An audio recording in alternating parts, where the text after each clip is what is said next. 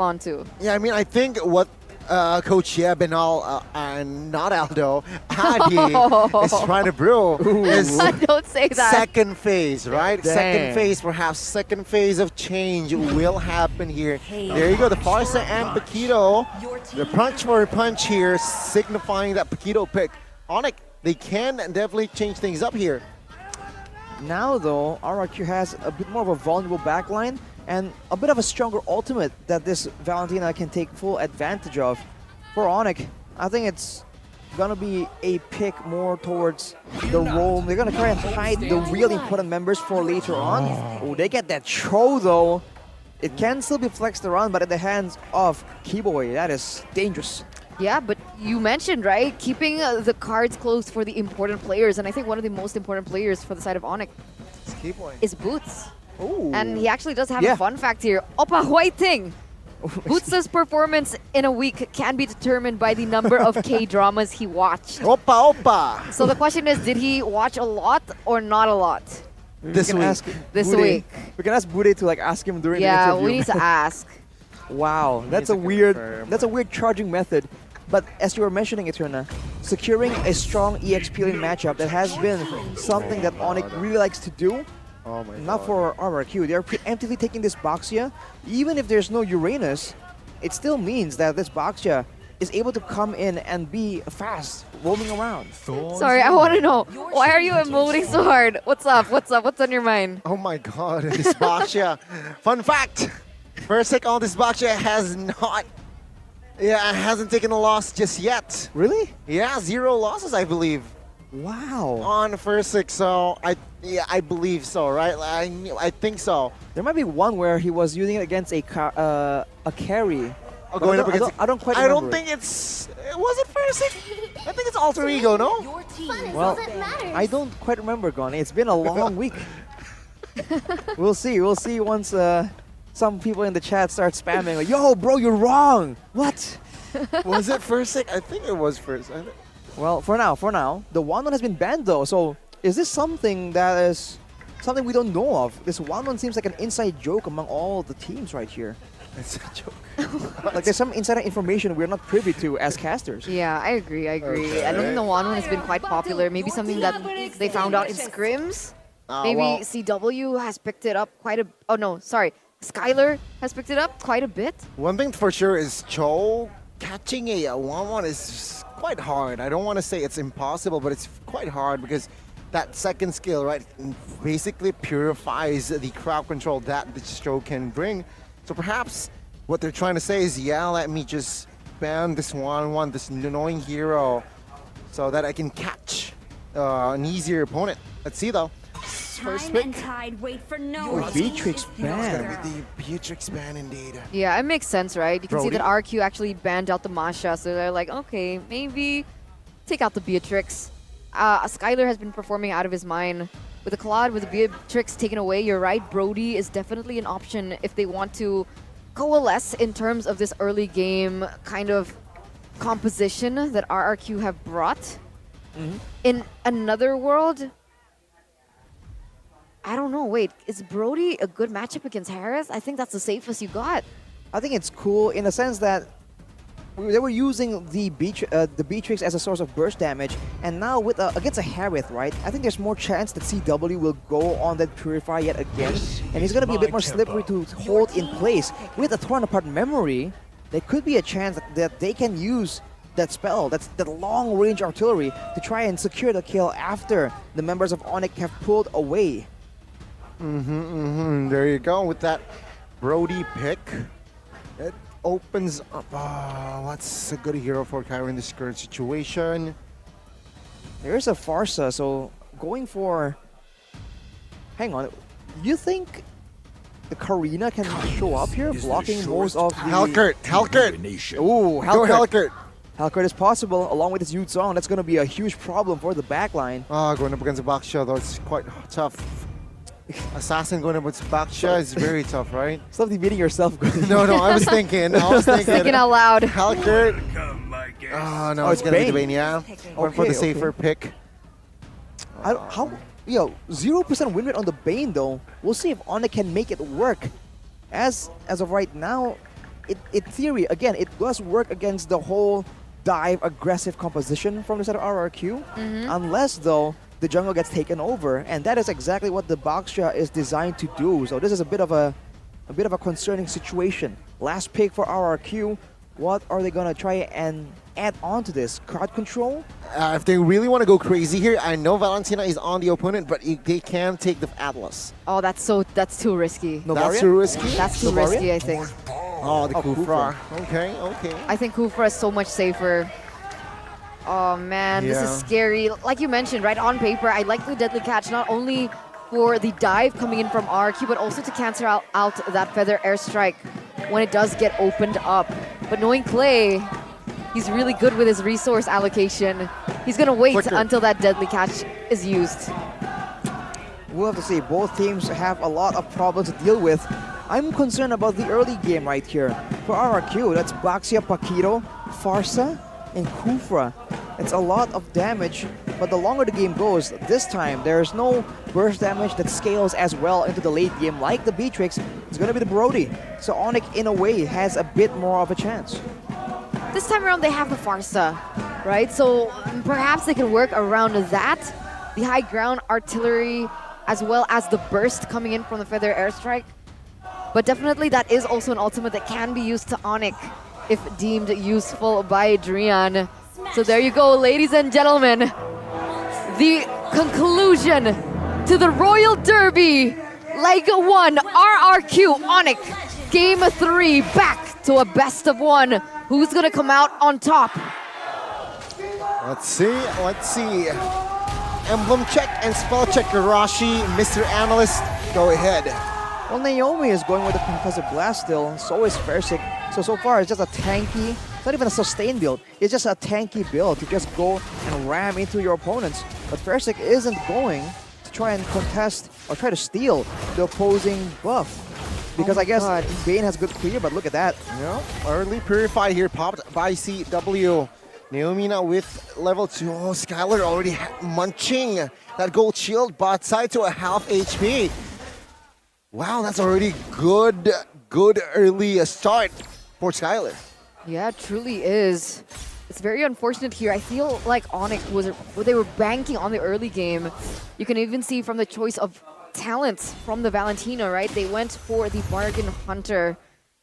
They're trying to get that item power spike faster in this early game, trying to out-rotate RRQ, but with the Wings by Wings, it's looking like it's very, very difficult. And with the Weapon Master choice, Arashi, that actually confers that Clay likes to bring it to the late game. He wouldn't mind doing that at all. That's just how this man operates. But a big concern of mine for the side of Onic is the fact that a Cho against a Cho against a Kufra. We've seen this matchup before against, I believe, is it Beloyski on the Kufra, but a Cho finds it very difficult to find those pickoffs with that bouncing ball. So that could be a bit of an issue for Keyboy, but that has never stopped him before. Nope. And we can see here already top side now. Rion, oh! Forces the figure early and recall, so that means that this turtle, yeah, it should be open for the side of RQ. A very strong early game. This is why this Baxia is a menace.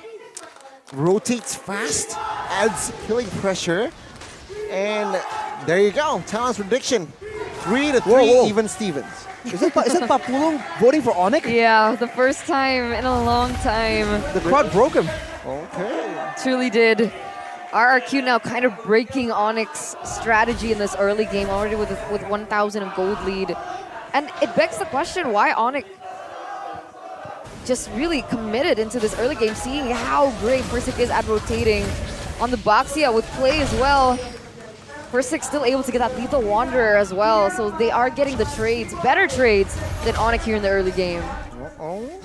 Keyboy will be poked to a quarter HP. I think 40% of his life there. Forced to use the recall and take a look at the rotations already. For Q, 4v2. Oh, Keyboy hasn't recalled. Now see how he is at half HP, but no commitments from side of RQ. Skylar is doing really well in this lane, trying to zone CW from as many minions as possible. That's great. He's getting more turret gold as well. In a way, This composition from RRQ is stronger than in the previous game, but it's also a bit more lopsided, and there's less actual pick-off card control damage, so there's less things that Onic can be caught off guard with. But now on top, Boots, forced to use the Dragon form, slides away. It's crazy that all the resources from Onic have been used defensively in the first 3 minutes of the game, right? There's not any use for these flickers offensively. CW looks for some damage onto Naomi. Doesn't really have it just yet with the item that are lacking here in the first few minutes because of, like you mentioned, how Skylar has been really good at taking these creeps away. Well, CW seems to be scaling pretty okay, but a lot of action has not been approaching his lane. I think the EXP is where we should be taking a look at. It's going to be a Yuzong with a quantum charge, but oh, hey, on Naomi. No first blood just yet. This might be it. Naomi now taking a lot of damage away from Dragon, and there you go, Naomi taken down. Keyboy now might be the next target, and with the torn apart memory, Skylar says yes. It's going to be Banana now taking damage. 4,000 HP on this turtle. Kairi is still in that vicinity. It's going to be first taking it comfortably clear. Still forces to use the Purify. Skylar forced to flicker out as well. But at the end of the day, RRQ wins out on that trade. Unfortunate, right? Like, RRQ, they were so good at baiting Onyx resources. I think the Deadly Catch is so good for the Retribution take, but Kairi was forced to use it early because of the engage from RRQ to prevent more casualties in that team fight. And with that, it was super easy for Persik to just walk in, roll in to get it, but oh, they canceled! Yeah, it's canceled now. Oh, with the Feather Airstrike, Keyboy, no resources whatsoever, Kairi. Kairi here in the bush. RRQ, it seems like they read that out. And take a look at Baksha. So proactive, taking the purple buff out of the hands of Kairi. He's just wheeling around as much as possible. You can't really leave him alone, especially when you spend so much time in the bottom side right here.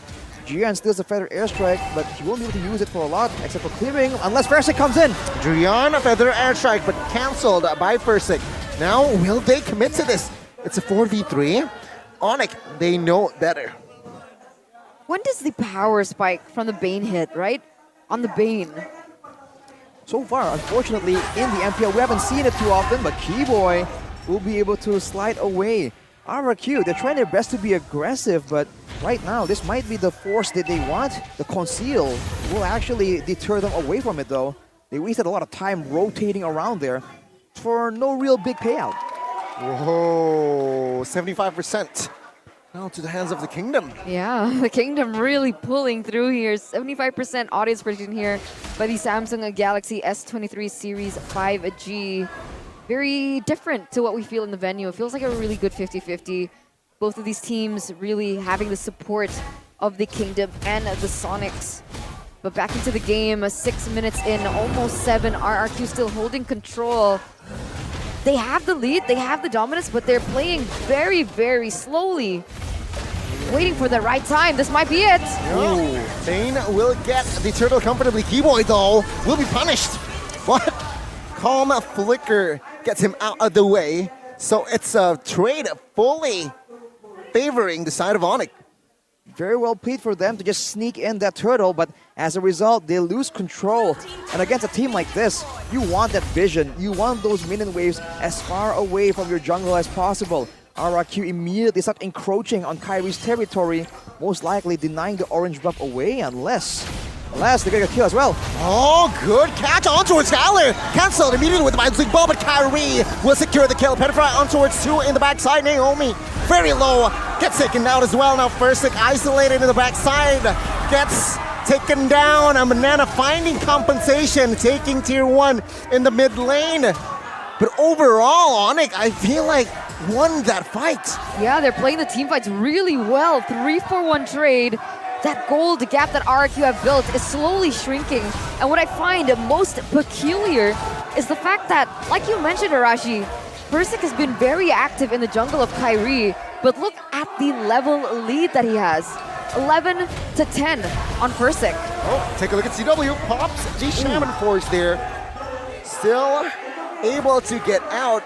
Banana needs to be careful here. Okay, they sense that Keyboy is in that vicinity, so they do not cross that bush. Well, Kairi has been very good at just minimizing that level gap. Before that, though, let's take a look at the instant replay. They go on to Keyboy, but Keyboy was able to just dodge everything, and that puts Skylar right up front, one of the main damage dealers. And the composition of RRQ, it's aggressive, it has crowd control, but not moving backwards. So that is where Onic see their opportunity and just pounce on the whole roster. All towers are still available for RRQ though, and this is where it gets quite scary. The Lord is so important. If Onic gets it, this allows them to equalize in the structural difference. If RRQ gets it, this allows them to get that much closer to gaining full control of the jungle and just ending this game before that dreaded late game makes its appearance. Wait, did I see that right? Clock of Destiny Drian? 9 minutes? That's so long. Well, let's see here. Banana looking for an angle. Clock of Destiny, 9 minutes. Maybe he built another item. And I know we need to check down the items here, right? We'll have to see once the items do pop up, but on the top side, notice how the waves are converging on the side of Onic. That means it's going to push towards RRQ. So now the clock starts ticking. RRQ needs to rush this Lord or go for a team fight. They wait too long, they lose towers. And all the while, you can see here, Onic just farming up there in their own jungle. I think a play is about to elapse here. Keyboy trying to open up the map, trying to get vision. Clay needs to be careful with his positioning. Keyboy can always go in with a Flicker, Jet Kundo Way of Dragon combination. And you can see him start to shift towards the bottom lane. Yuzong's there though. Yeah, let's not forget Clay is on a Purify. So I feel like Keyboy needs to focus on Skylar, or perhaps, I don't know, Skylar is the only viable target here because Clay, again, unless he mix-click his Purify, yeah, Keyboy can't really target his Sure. hero. Cool. Well, Onic right now, they're just playing it safe. They're just waiting, because look at that wave, man. That's 2.5 waves built, I believe. It's going to crash into the turret, and I think RRQ, they are willing to let go of one turret, but Onic is willing to just do this unless... Oh, he has a Shun Po. Health HP, though. Forced Keyboy to use the recall there. Does RRQ know that he commits to the recall? Let's see. First stick with the shield. Unity catches boots. Does not commit the Black Dragon form just yet. There you go, the commitment. As a defense again, no. Will they re-engage? Is the question. Keyboy now with the conceal. Looking for a better angle perhaps. But it is a reset. Top side still crashing. Finally, they send Banana up there, but at what cost? They lost 2 turrets, and now Onic has full control over the Lord area. Shoes on the other foot. RRQ needs to understand the situation and back away. Skylar is in a very dangerous spot, so is Fairstick. My god! The deadly catch on towards Fairstick. The damage is not enough. Feather airstrike. Oh, the damage towards Rion! Almost enough, but Banana jumps in with a flicker as well. Boots is trying to gain more space. No casualties from that fight. And yet RRQ now, they have control over the Lord. What a Lord dance by both of these teams. But at first, he looks to be too low to go for this. Keyboy is completely aware of the situation. And technically, Onic, they're going to win that Lord dance. Well, they technically win right now because they recalled a lot faster and now they're back in position faster. Banana went all the way to the top side, but that wasn't necessary. The wave was building towards Onic instead. Now with Fairstick, he was low earlier, but he's back now and they're going for it. But Clay gets saved. Yeah, I mean, Purify is still on the board here. Keyboy taking a lot of damage. Needs to be careful. And Skylar, with the torn apart memory, secures the kill. On towards the Roamer, the finals MSC MVP. And look at this, they're at a man advantage, Goni! Well, Naomi charges, does not really connect though. RRQ holding their ground. CW trying to deal damage on towards Banana. They know the whereabouts of CW. Will RRQ pull the trigger? Take a look at the repositioning by Skylar there. Wants to deal damage. Clay in the backside. Oh my god! Naomi charges. Banana focuses on towards CW Lord. It will be taken care of. But now, Onic, they don't care. They want to fight. CW gets one member. Deadly catch. Doesn't really connect on towards anyone significantly. But it is still RRQ grabbing that Lord. Whew, what an intense situation with RRQ. They come out on top. They lost 2 turrets though, and that must be a painful situation. The goal difference has shrunk down to less than 1K. So that late game power spike we were talking about is definitely in play. But RRQ, they have more playmaking tools at their disposal. If they play this correctly, they can still come out on top, especially with the Lord on their side. They need to try and escort it or try and push together with it to confuse Onic. For sure, but look at Keyboy right now on the Cho. He's looking for a flank. CW though. Oh, Naomi finds the right opening, but no! It is actually Naomi gets taken down to go to Keyboy. Flicker on towards Skylar. He has the Immortal though. That's very important. Torn apart memory does not take Keyboy down. It's a trade for Naomi for nothing, so it's a dub for the Porcupines. For sure, a small victory here for Onic. But why didn't Naomi, why wasn't he able to connect it on... No, opposite. Why wasn't Keyboy able to connect it onto Skylar? He got stunned in the middle of all that. That's why all these small stuns from the side of RRQ, it just denies your playmaking potential. And of course, with the Kufra, I think the dash got cancelled right there as well, the Shunpo. So for Onic, on the other side, they were able to survive and punish Naomi because of the Purify that Naomi failed to take into account in the hands of CW. Now it's back to a Lord Dance as well, and it's the exact same setup. You have to look at the other side. This time it's equal in positioning, so you have no idea which one's going to reach first. The wave being more grouped up for Onic leads me to believe that it's going to reach first unless Banana shuffles with the equilibrium. Did you see Kairi play on the phone earlier on the Samsung? Isn't that the fastest hands you have ever seen? That's the fastest hands I've ever seen, man. You can't even see his fingers, bro. Can't even. Imagine his itemization right now. Well, we can take a look at it right here. Hunter Strike, BOD, Malefic Roar, and the War Axe.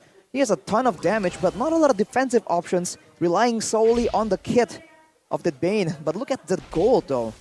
He's actually doing so much better, but Fairstick is a tank, so keep that in mind. That is definitely a factor in the gold discrepancy.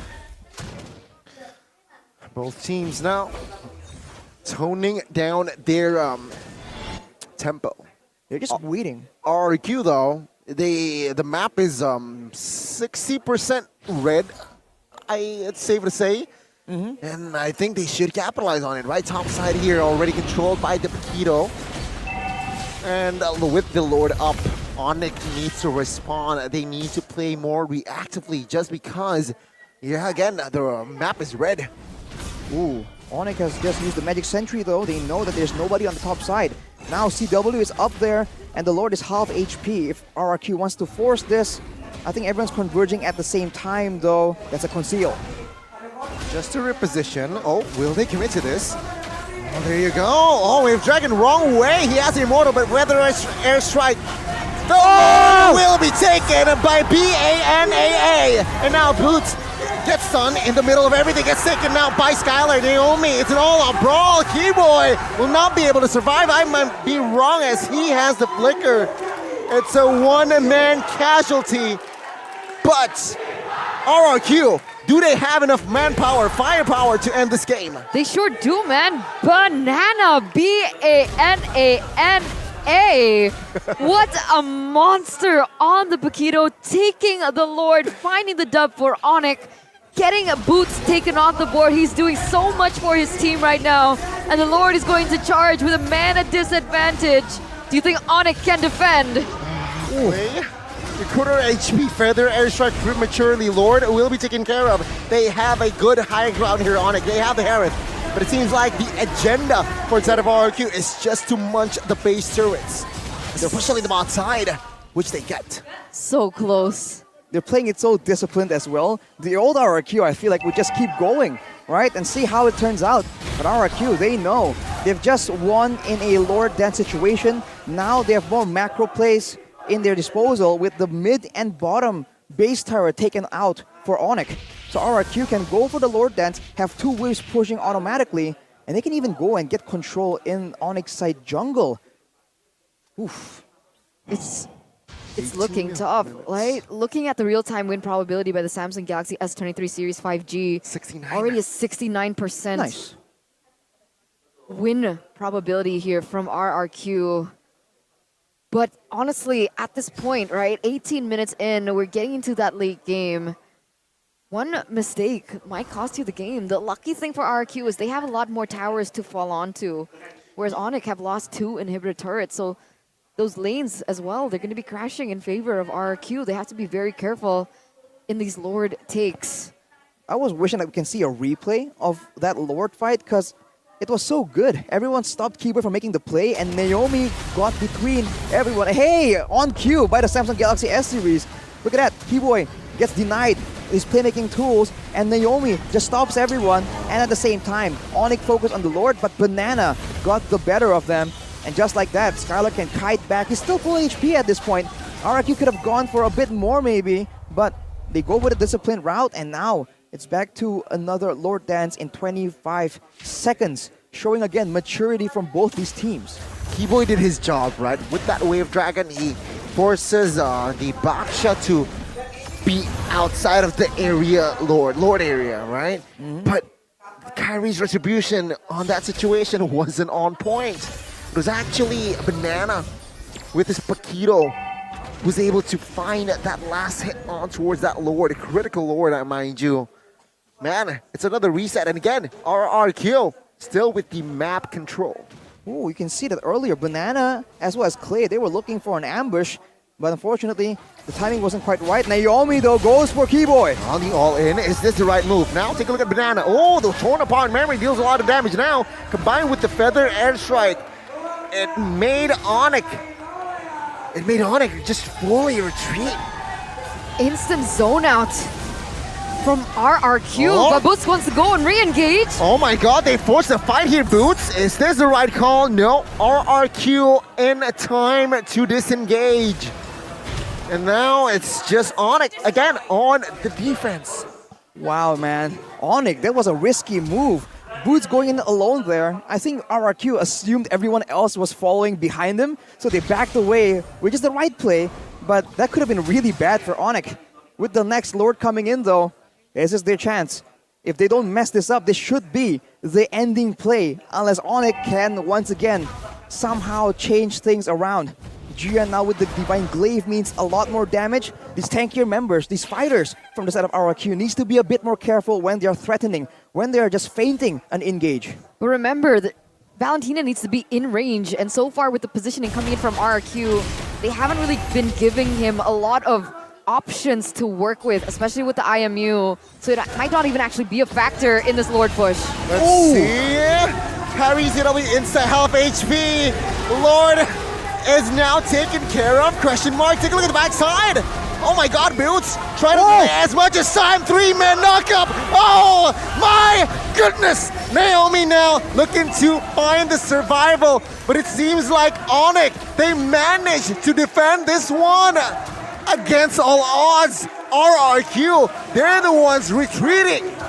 Ooh, RRQ, they went for the instant end right there. You saw there was less damage being dealt to the members of Onic compared to the actual base.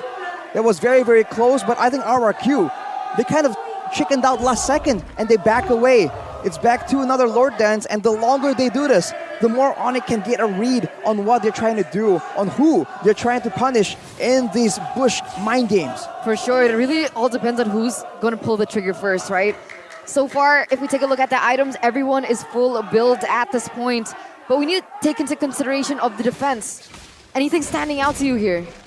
When it comes to defense, I think it's a bit too idealistic to try and think that some items can really save your life at this point. For Clay, it does so much damage, he's chunking the whole backline for half HP with a single bolt from the Feather Airstrike. Onic, though, has been able to secure one more turret. What's going on here? This is RRQ. They're kind of... They feel like they're losing out in the control now. They're backing away and letting Onic take those turrets away. Oh! Boy, finding one. No clear follow-up, though. Keyboy. Oh my god, he needs to recover. He has no immortal. He gets taken out. Killing spree for Clay. And now, take a look at the collapse. Kairi in an awkward angle. Caught. Gets taken out. Immortal pop now. It's surely a secure kill. Onic, they got dismantled. They got overzealous there. That was unnecessary. And now RRQ looking to clear 2 waves. Top and mid crashing. Will they commit? 2-0. 35 on Keyboy, 44 on Kairi. Let's see RRQ. Oh, they have not found the right opening. Shaman Force pops, Purify as well. Oh! CW gets taken out, and now Petrify against all odds. RRQ did it in MPL ID Season 11. They did it again today. Reverse sweeping Onic 2-1. The MSC champions have fallen to the new kingdom, rising from the ashes. The RRQ fans are wilding out at the venue. What an amazing performance by all of the members. A huge upset victory for the Sonics. This is what the kingdom has been waiting for. The return of the king. Oh my lord. What a match from both these teams, showcasing top tier Mobile Legends gameplay. This is the MPL ID Season 12, ladies and gentlemen, where Onic, in their debut match this season, will have to suffer a loss, a 2-1 loss after a dominating first game.